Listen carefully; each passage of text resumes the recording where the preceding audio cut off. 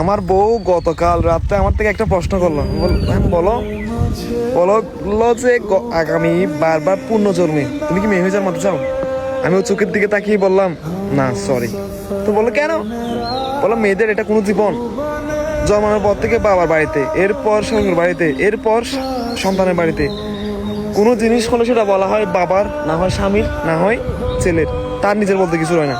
না পারে বেরোতে, না পারে নিজের ইচ্ছে মতো খাইতে, না পারে নিজের মতো ঘুরতে, না পারে নিজের সময় মতো ঘুম থেকে জাগতে। এটা কোনো জীবন? এর চেয়ে বড় কষ্টের বিষয় হচ্ছে নারীদের একটা প্রাকৃতিক একটা বিষয় আছে, সেটা হচ্ছে পিরিয়ড, যেটার ব্যথা সইতে খুব কষ্টকর। এটাও বাদ দিলাম, এটা না হলে তো মাতৃত্বের কোনো স্বাদ পাওয়া যায় না। যখন মেয়েরা একদম পূর্ণ মা হয়, ডেলিভারির সময় আসে, যখন ডেলিভারি হয়, যখন যে ব্যথাটা পায়, ছেলেদের 72টা হাড় ভাঙার সমান। আমি বললাম সরি, আমি 72টা হাড় ভাঙা দূরের কথা, আমি একটা হুজুর কেউ সইতে পারি, আমি 72টা হাড় ভাঙার ব্যথা কেমনে সইব?